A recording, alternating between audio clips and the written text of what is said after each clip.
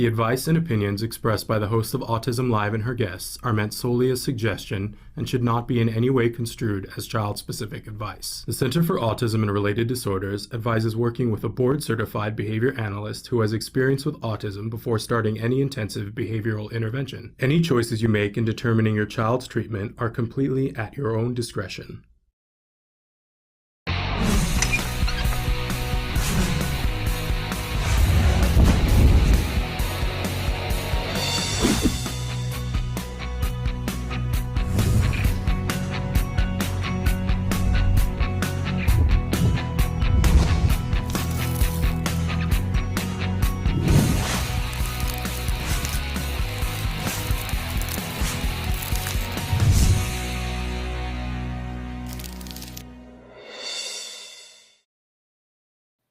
Good morning and welcome to Autism Live. I'm Shannon Penrod. I just realized I got to get rid of the Halloween decorations and make them just more fall centric. We've never really decorated the studio before, but since I'm at home, I thought I would jazz it a little, make it a little Halloween. I hope you guys all had a good Halloween. It was, it was a different Halloween, right? But I'm sure that later on in life, we're all going to be talking about, we'll tell stories about the Halloween, right? When we were in the great isolation. All of it will romanticize all of it later. Anyway, thrilled to be here with you. I'm Shannon Penrod, and we are with you live this morning on this lovely November 2nd here in the United States. And guess what we're not going to talk about today? What's happening tomorrow?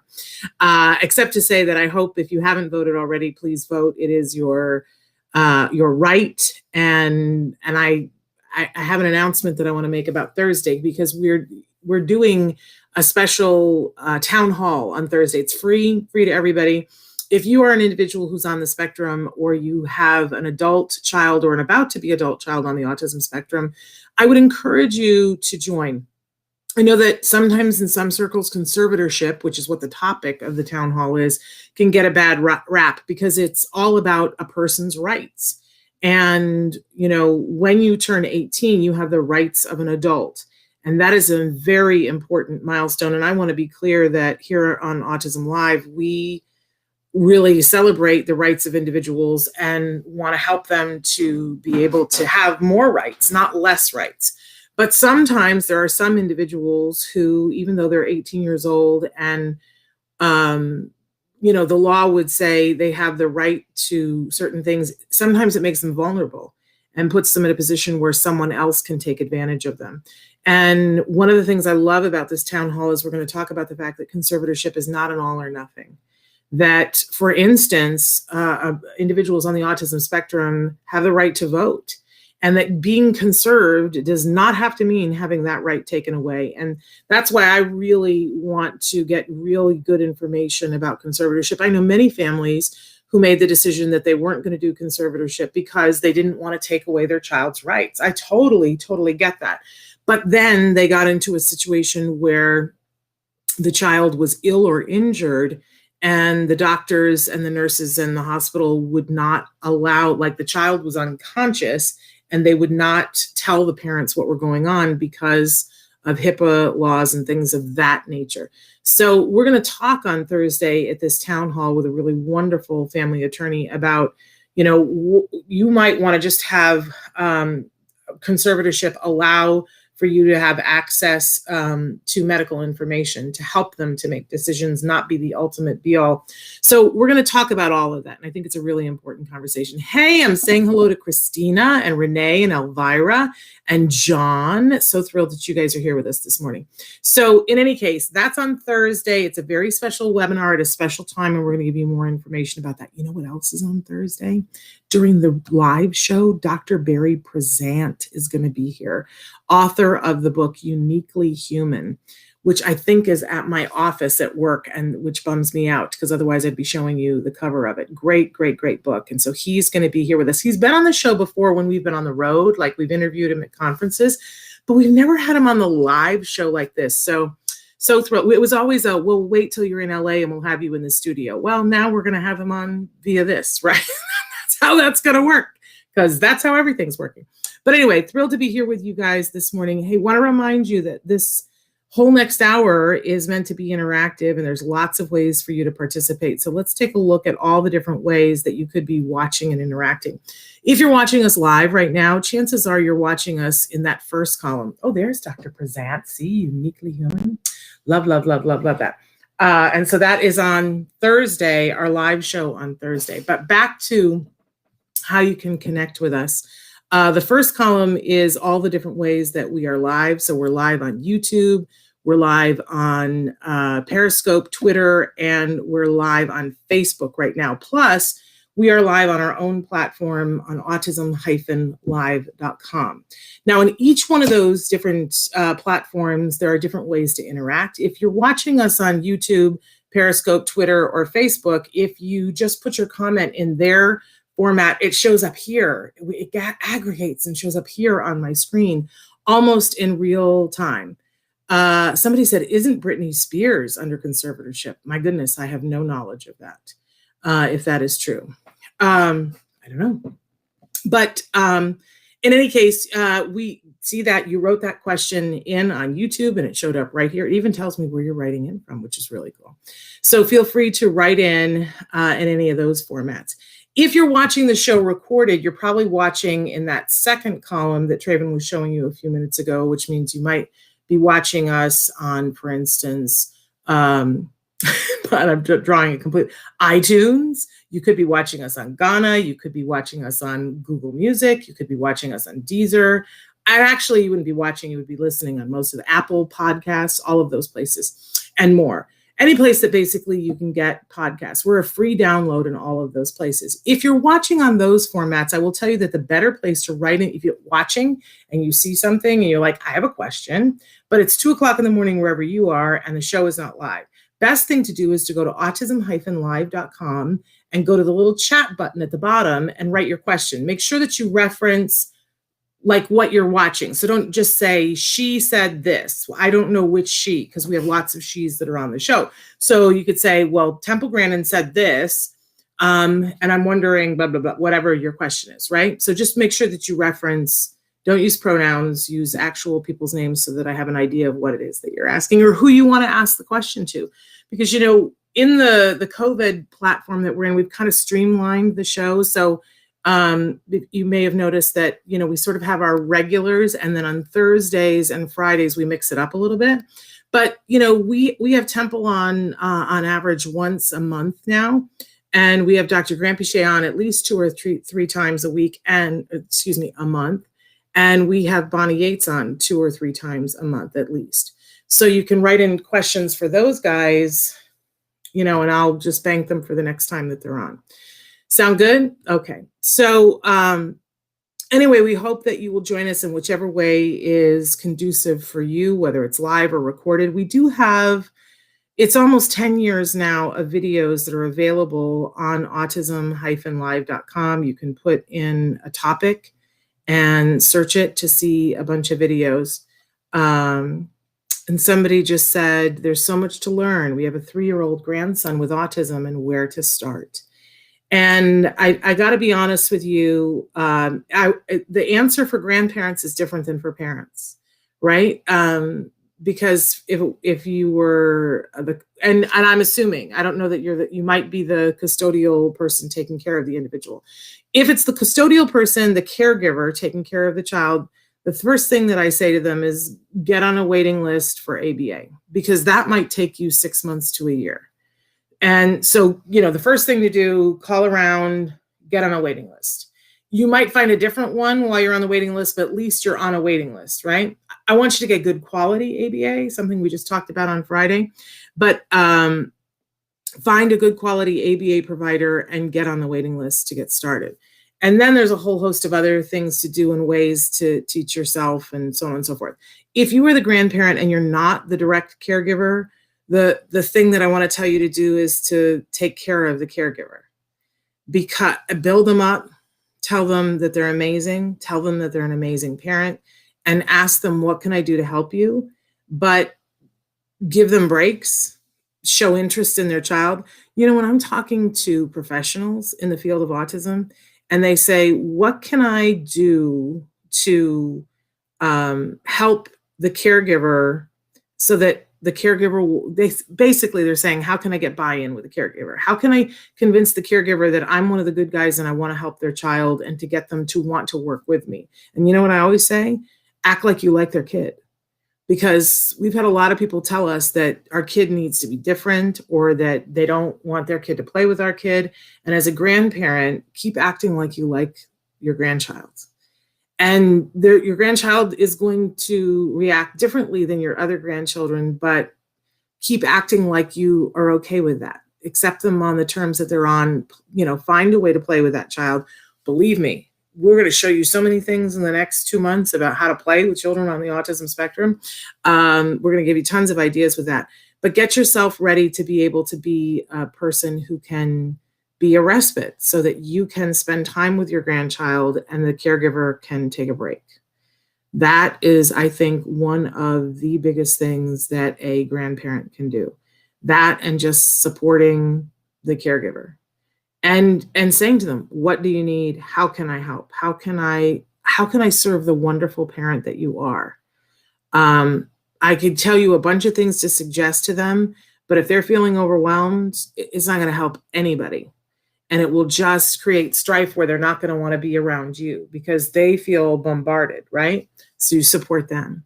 And I think you'll find that, man, the grandparents that do that it enriches their relationship with their grandchild, but it enriches their relationship with their child or their child, their in-laws. What do you say about that? Your son-in-law, your daughter-in-law, whichever one it is. And the respect that grows. Listen, the people who said to me, how can I help you? And actually, like when I gave them an answer, did what I said, whoo, those people have high stock even now, all these years later. But I'm glad that you're here. We love having grandparents here. Grandparents are a huge part of the equation and can really make things better. All right. Thank you, Anne-Marie. Love that you're here with us. So we always start Monday mornings. First, I'd like to remind you that we have lots of experts that are on the show. I'm not one of them, right? Maybe I would own up to, no, I'm just evaluating. No, I'm not even an expert on that. One of the things I like to talk about in the community, though, is what it feels like. What it feels like for, I'm going to say honestly, for caregivers. But I also love to talk to people who are on the spectrum and have them tell us what it feels like. I just feel like when we share, I love to talk to dads. I'm not a dad, right? But when dads tell us what it feels like, I just feel like we all get a little bit closer to realizing that we're all on the same team and that we are all after the same mission. Because this show here, we're talking to that really large autism community, starts with people on the spectrum, includes everybody who loves those individuals, right? Everybody who believes in the rights and the dignity of people who are on the autism spectrum. So, but I like to talk about the feelings. It's true, but I'm not even an expert on those. I'm not even an expert on my own feelings. That's where we are. So my point is we have lots of experts here on the show. I'm not one of them. I always have an opinion. Don't get me wrong. Always have an opinion. Always willing to share my opinion, but you have to take it with a grain of salt because I'm not an expert. There are no PhD letters after my name that have anything to do with autism or feelings or any of that. I'm just talking. But I am a mom. And I'm a former teacher, and I'm somebody who has been covering autism in this sort of format for, 13, 14 years now, and interviewing a lot of experts. And it's a privilege to be here with all of you. And I hope that you will write in and tell us what you need, and we'll try to hook that up with the expert who might know about that. Yeah? Okay. So the other thing we like to do on Monday morning is that we like to start off with something we fondly refer to as the jargon of the day. This is when we take on one word, one phrase, one acronym that's kicking our keister that we cannot understand. First, we give you the actual definition, which often is so redonkulous that no one could understand. And when that's the case, we promptly make fun of it. And then we move on to a working definition, which even then, sometimes it's pretty bad, right? More jargon. But I try to give you an example of it that hopefully doesn't confuse you more, although, some days. So that you at least have a beginning understanding of what this term is, and more importantly, how the term can help you.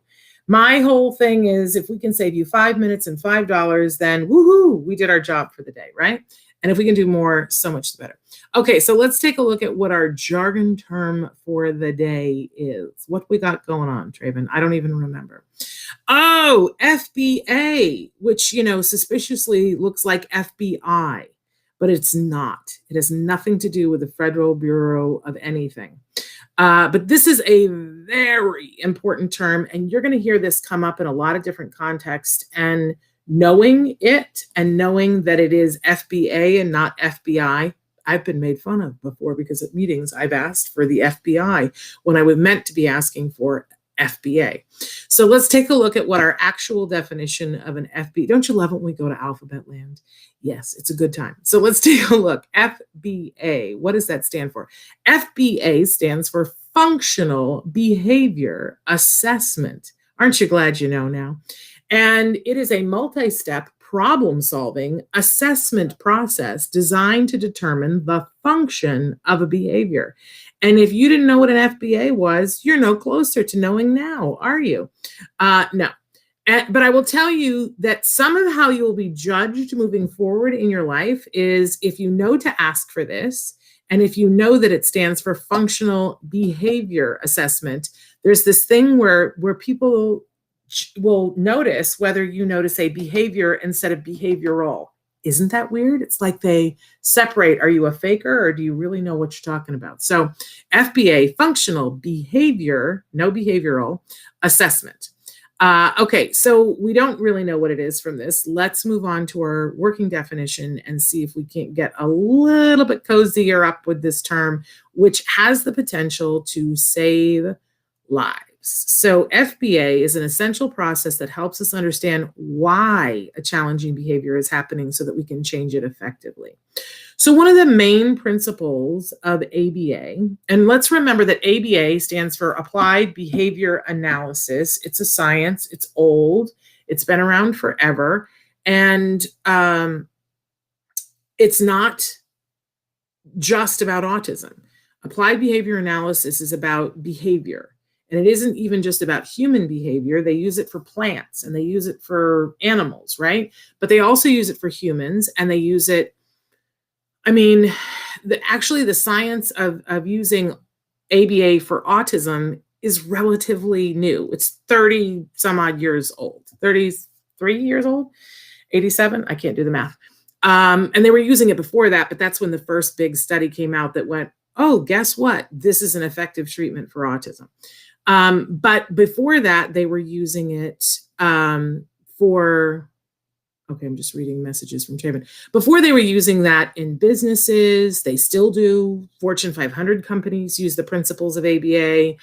They use it in hospitals. In every walk of Olympic athletes use the principles of ABA to get better performance out of themselves and to enjoy the process more, because it's a lot of hard work to be an Olympic athlete, right? So then they decided to use ABA for autism to see if it would be effective at teaching individuals with autism new skills. And would that, in effect, if we taught them new skills, would that reduce some of the behaviors that were really challenging? And lo and behold, it was wildly successful. And that's how ABA for autism was born, starting in 1987.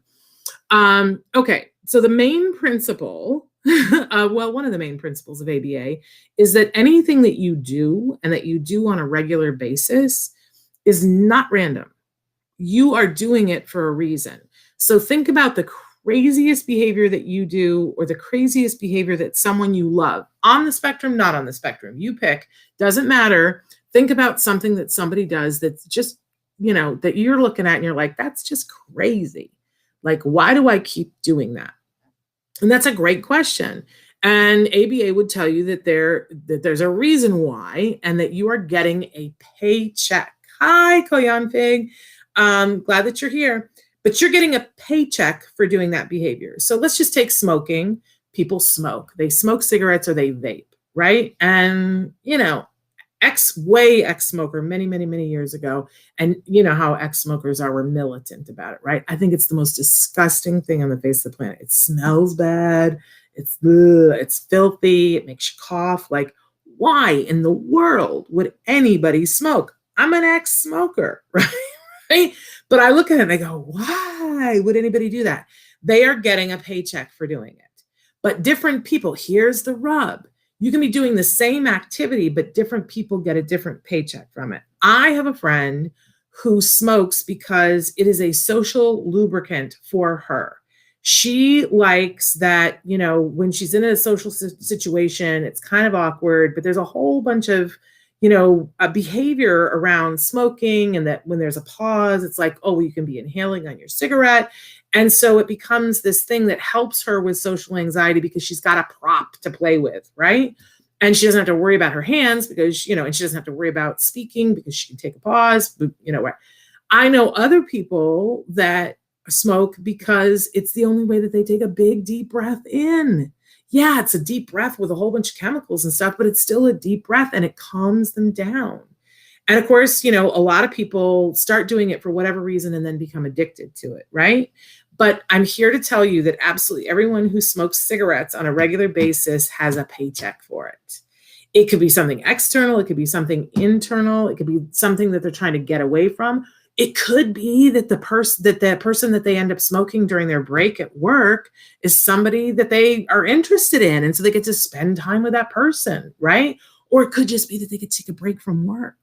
Listen, I haven't been in the building for a long time, but, working in a big office building, it's very interesting because those of us who don't smoke, it's time to take a break. And we're like, I'm just going to push through. And the people who are smoking are like, sorry, I got to take my cigarette break, right? And they take, none of us go, hey, you can't take the time to do that, right? So it's a built-in break. It's a built-in excuse. Lots of reasons. Now, if we really want to be effective at helping someone to stop smoking, we kind of need to know which one it is. Because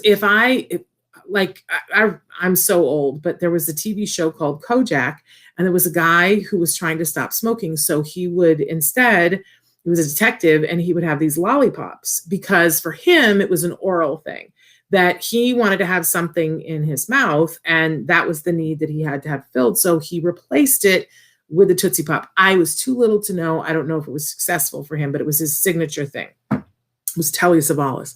But if it's an oral fixation and the person needs to have something in their mouth and we replace it with a lollipop, we might be successful. But what if it was a social thing?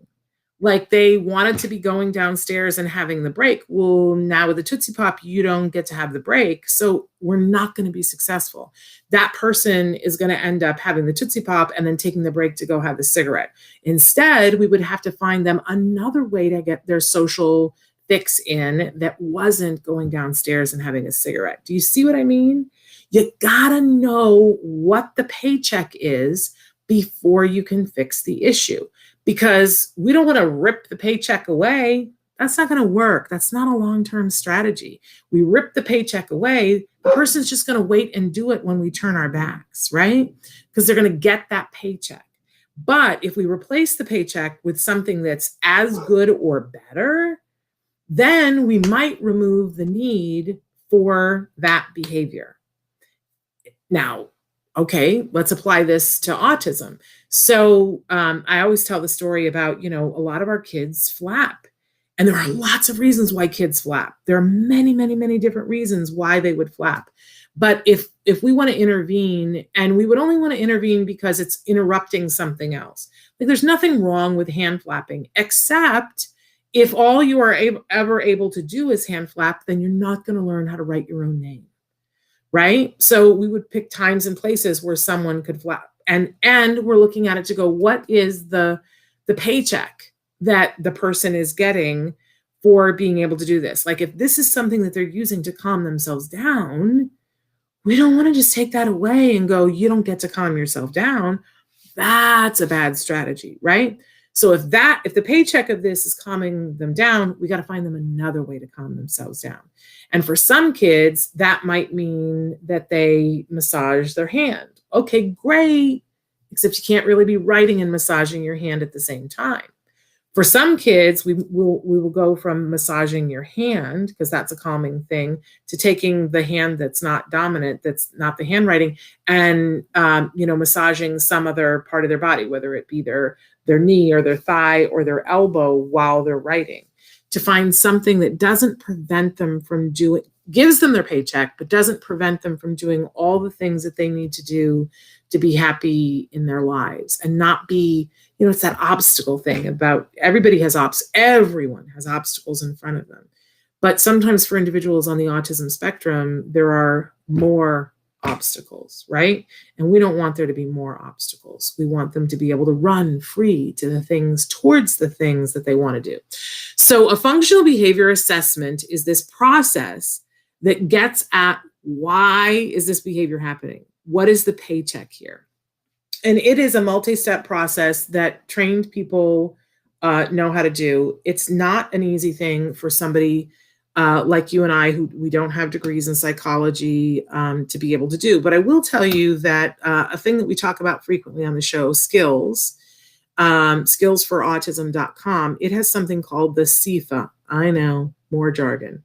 But it stands for Card Indirect Functional Assessment. It's not quite a full FBA, but for you and I, what it does is gives us the opportunity to look at what might be the function of the behavior. So we answer a bunch of questions about the behavior, and then it will spit out this thing, and it says, it looks like this might be the function of this behavior, and then it makes suggestions about how you could effectively intervene. That is in skillsforautism.com, and it's been, scientifically proven to be very effective. Although there's nothing quite as good as having an expert on the case and if your child is having a problem at school and they're seeing challenging behavior, one of the first best things you can do in writing is to ask for them to do a functional behavior assessment. You just say, hey, can somebody do an FBA on that? You get the note home that says, Rebecca was misbehaving in class and spitting. And what did we say on Thursday? What's the first question you ask? What was happening right before, right? That's the first question. And you can ask that in the email and then say, hey, I've got an idea. Why don't we do a functional behavior assessment on that? And then they should have, more jargon, a BCBA, a board certified behavior analyst on staff at your school who should be able to go in and do the functional behavior assessment. That should happen. And if it can't, they should pay for somebody else to do that. But we should never be trying to change a challenging behavior without first asking ourselves, why is this happening? What is the paycheck this individual is giving? How can I give the same paycheck with something that isn't as disruptive as this? Those are the questions that we always want to be asking if we want to effectively change behavior. We should never just be ripping things away from somebody. That doesn't work. But if we effectively replace the behavior and put in, as we were talking about the other day, things that happen differently beforehand and different consequences, we can all change our behavior. Lots of people have stopped smoking, right? But if we just willy-nilly go in and go, I know, I'll just start eating lollipops, good luck. May or may not work. All right, and we could make it much, much, much, much worse. Okay, so we're gonna pause for 5 seconds while we refresh the stream because I guess we're getting a little bit of a lag. So everybody hold tight. I'll make faces during the 5 seconds. You ready? Here we go.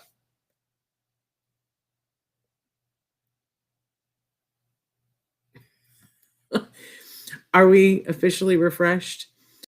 We are. There we go. I think we're refreshed. I don't know. Write in and let us know if you are getting a lag, because we're experiencing a little bit of a lag from time to time, and we're talking to Restream, our new platform, about that. So moving on here, because we always go from the jargon of the day to the question of the day, and poor Traven probably has a lot going on. Oh, that's very sweet, John. John said he's been watching some videos from 10 years back when I had brown hair, John.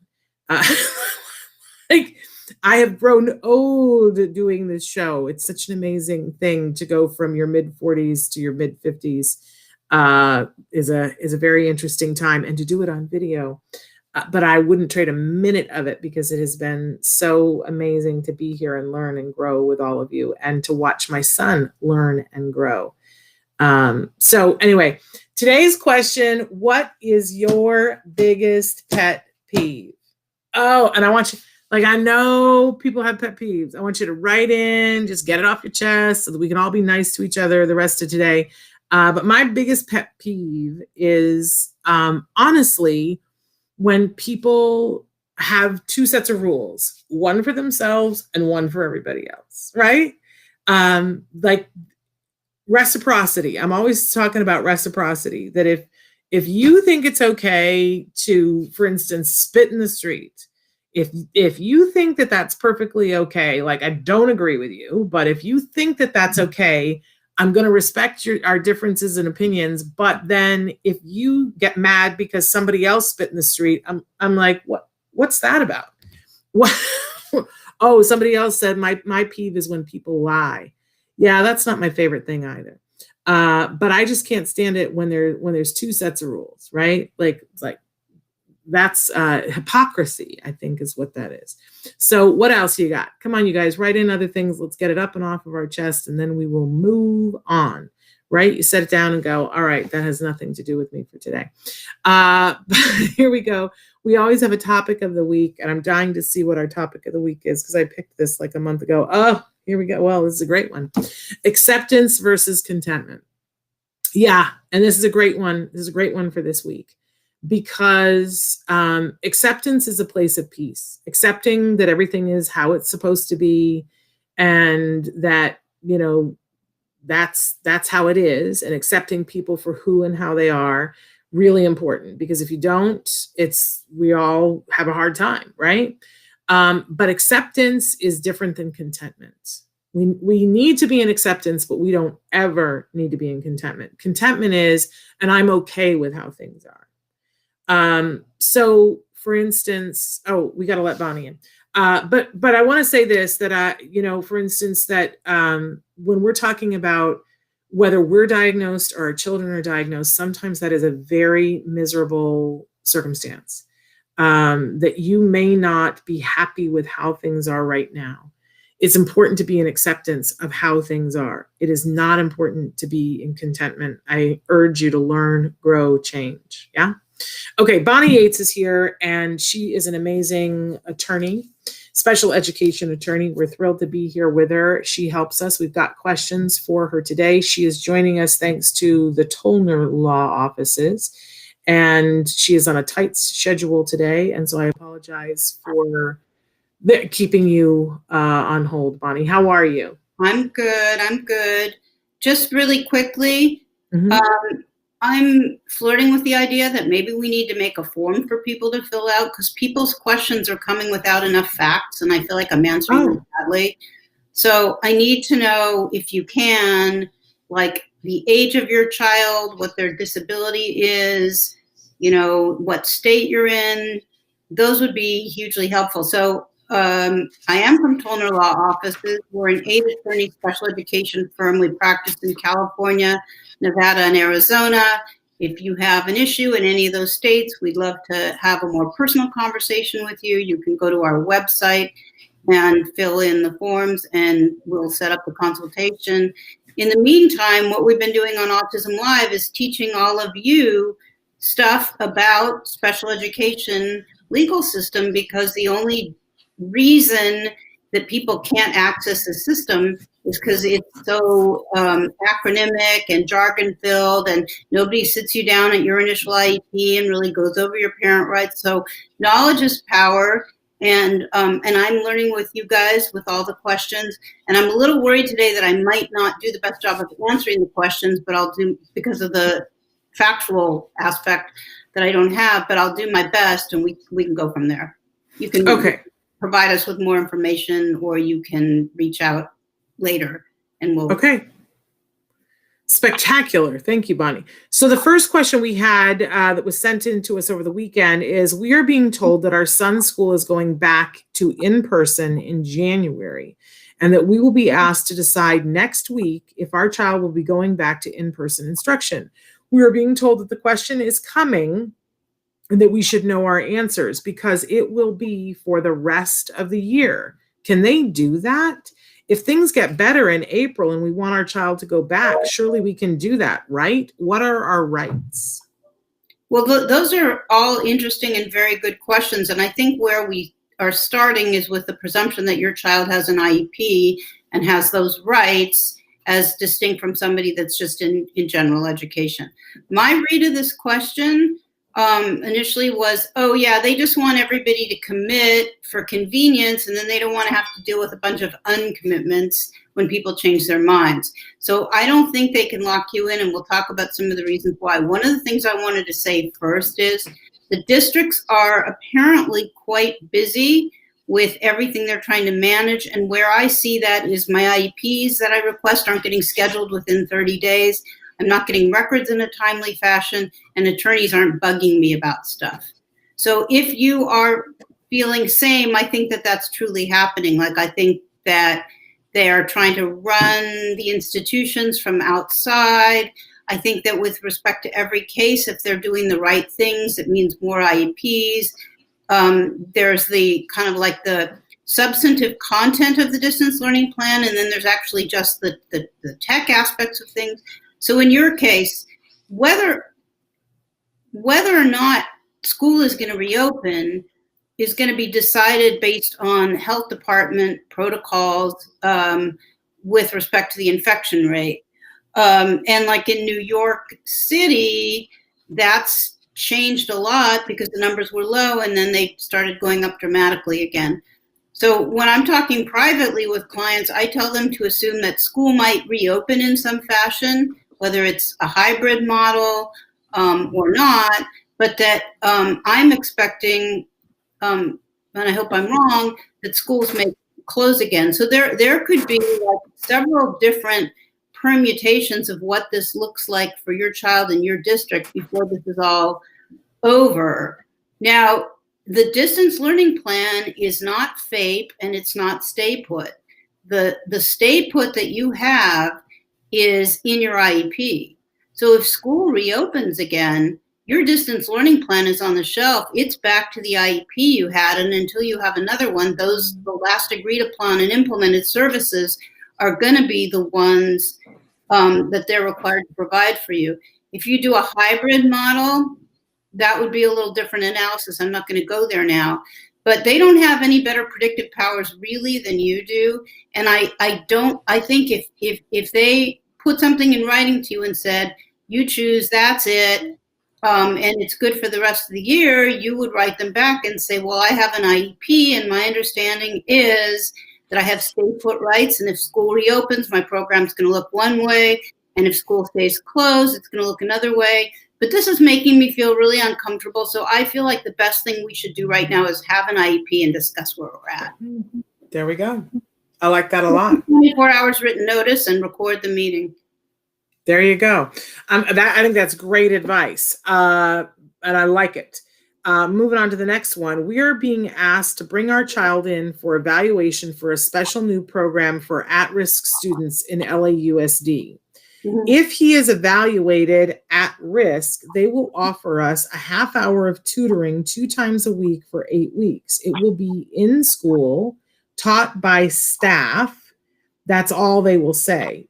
Mm-hmm. What can they possibly accomplish in a half hour? Is this a ploy? If we refuse it as being too difficult, not enough benefit, will it hurt our case for Comp Ed? Well, until you said, will it hurt our case for Comp Ed, I couldn't even tell from your question whether you had an IEP.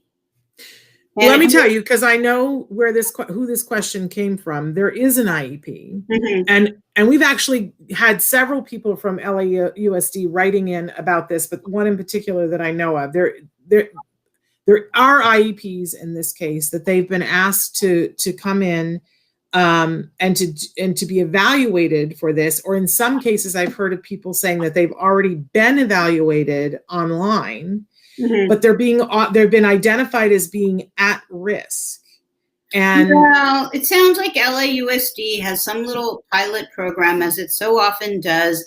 We're going to try to catch some of these kids before they come back to school so that we owe less Comp Ed. If they're offering you this outside of an IEP meeting, I wouldn't go that route.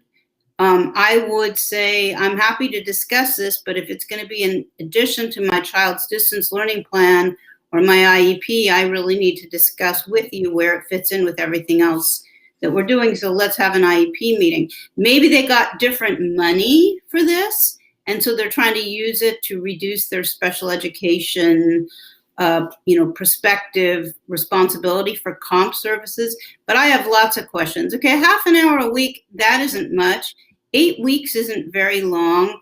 At risk for what? Is this a reading program? If so, what are the qualifications and what's the orientation of the program? Is it even geared toward the needs that my child has? So you need a lot more information, and, assume with LAUSD that there's almost always going to be a backstory. Sometimes for fun, I just Google LAUSD terms and things as I'm reading through an IEP, and weird stuff pops up, so do a little more nosing around and see what you can find out. But my question would be, how do you feel your child is doing now? Do you feel your child is at risk? And if so, what does your child need in order to mitigate the risk? Do you need comprehensive current assessments? Do you need additional or different services? What you're being offered sounds like a one size fits all, and that's not how we're supposed to do things in IEP land. So, I know from talking. Go ahead. Healthy instinct to be asking questions about now.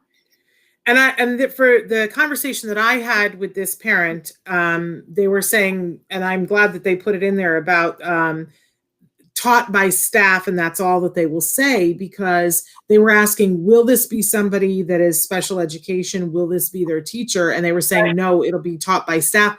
And this person even asked them, educator. Well, as they were saying, could this even be a substitute teacher, somebody who has no credentials whatsoever? And they were saying, all we can say is it'll be staff. Yeah. Well, and their point, go ahead. It could be taught by the PE coach. Right. And their point was, how this goes. I'm being asked to put my child at risk to come into the school.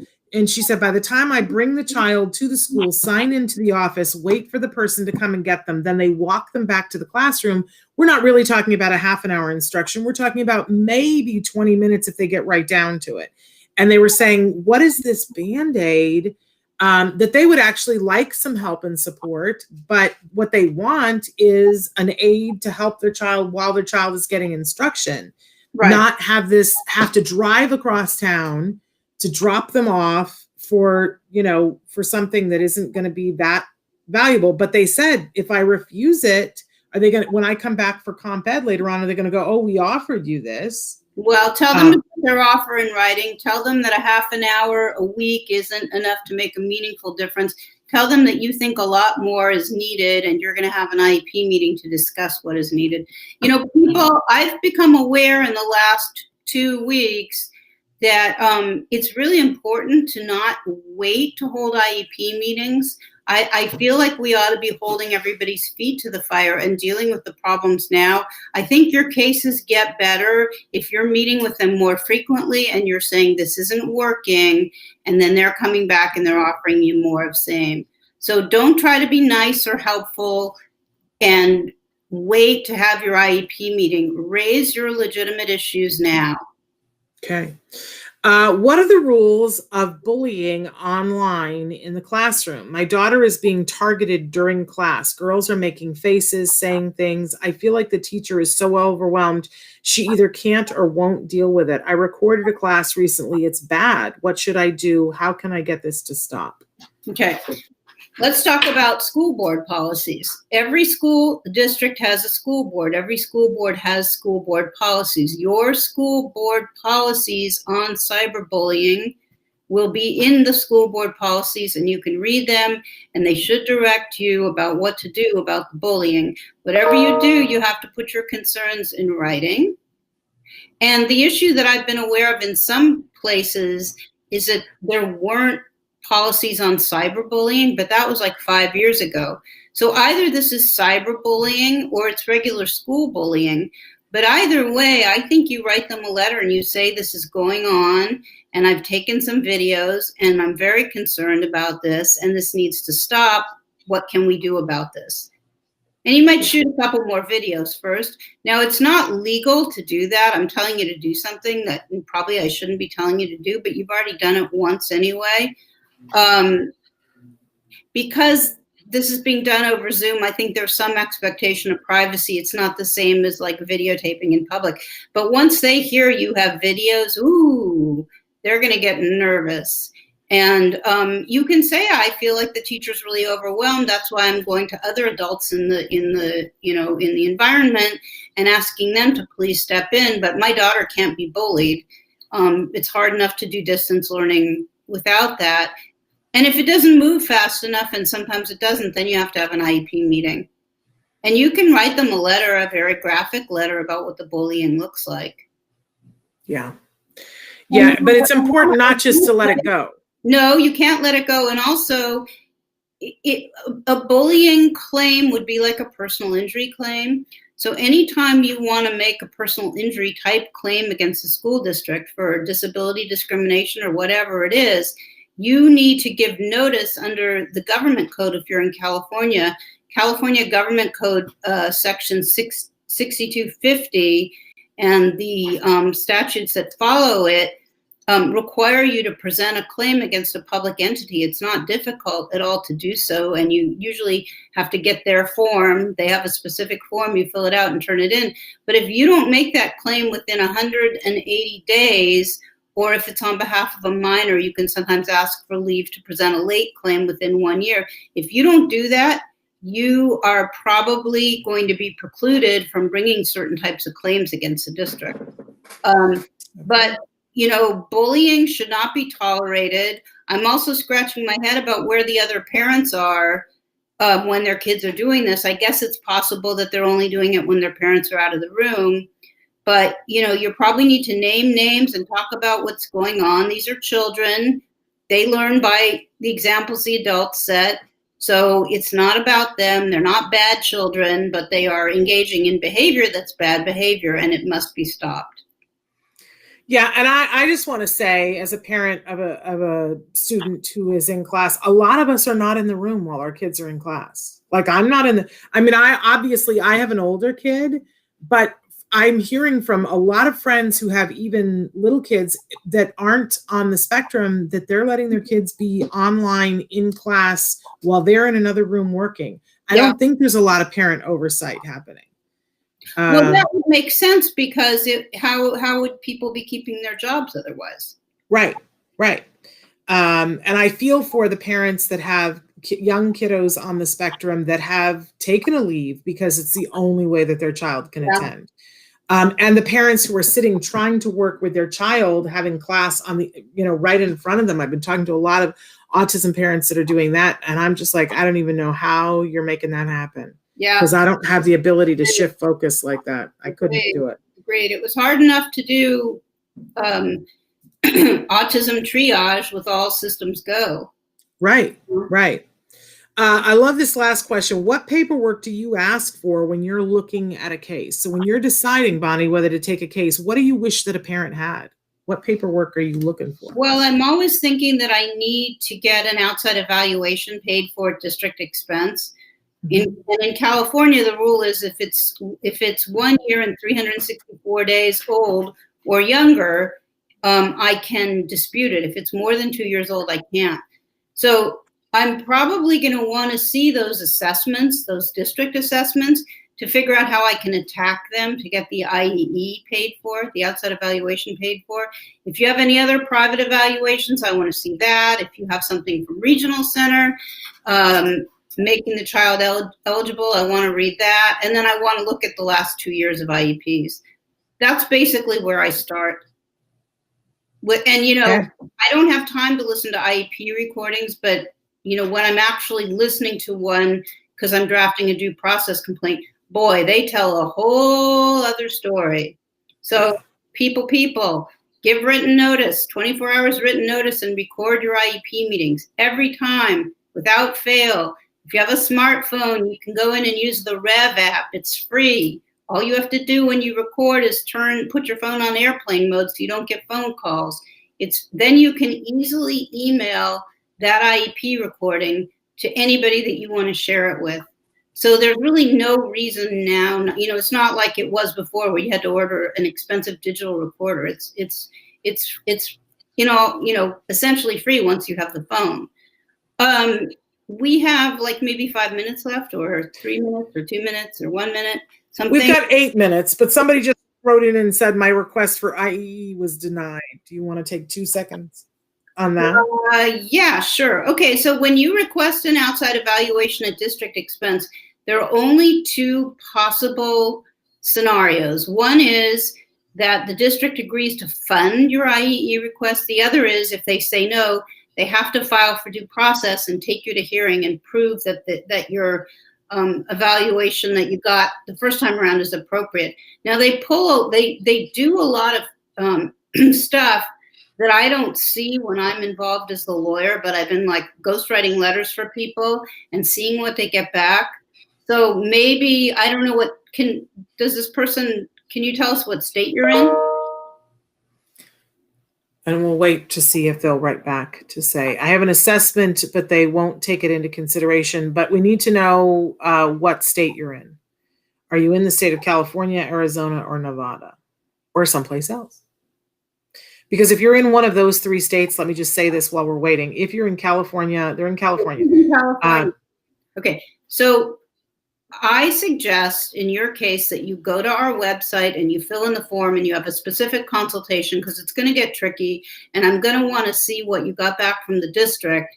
And so we could have a whole program about IEEs. It would be a good idea. They're very important.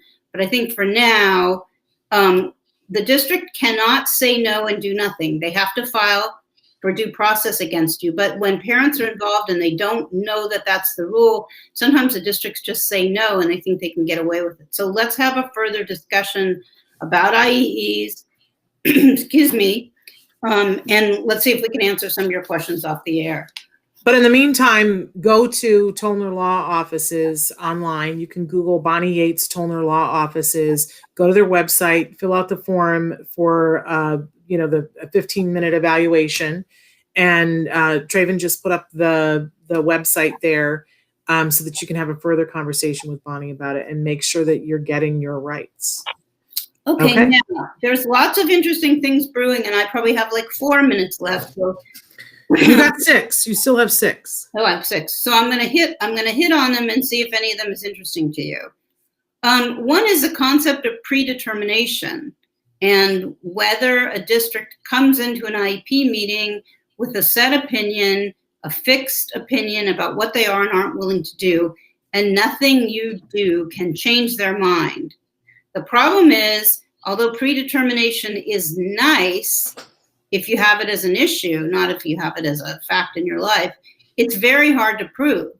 Because what the more skillful evaluators do is they come in and they will go through the motions of listening to you and discussing your point of view.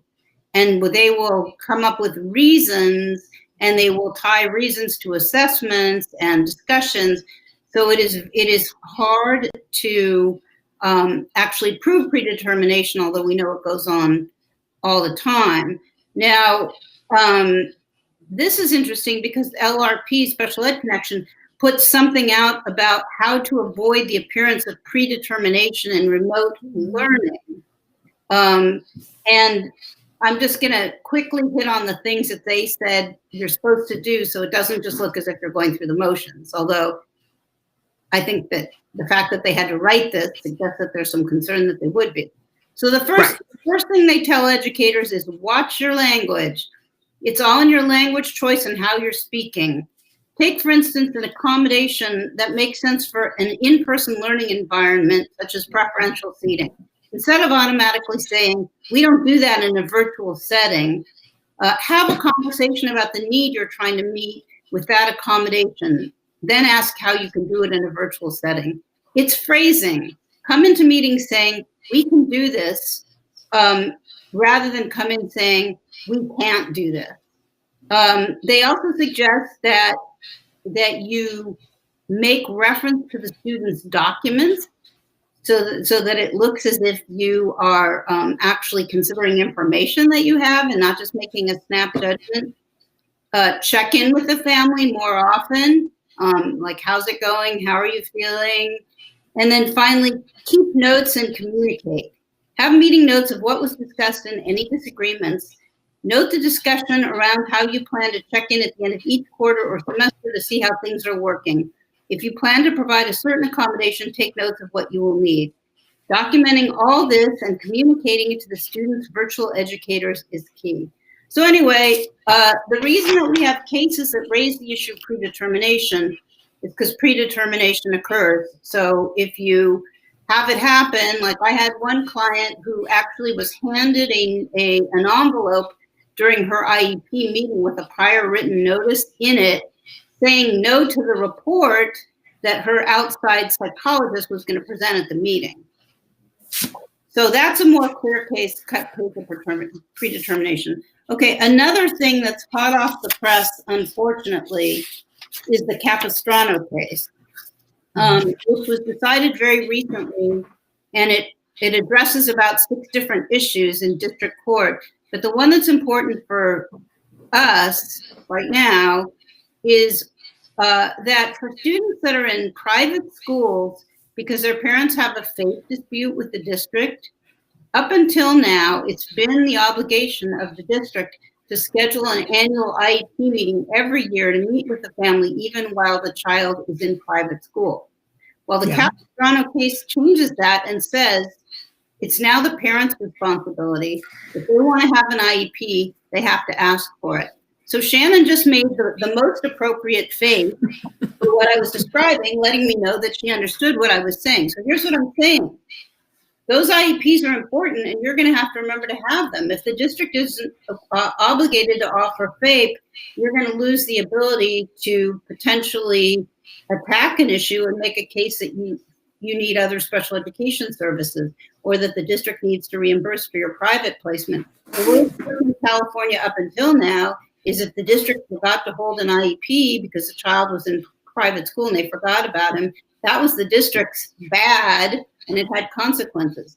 So this case has now shifted the responsibility onto the parents to hold the IEP. So, okay.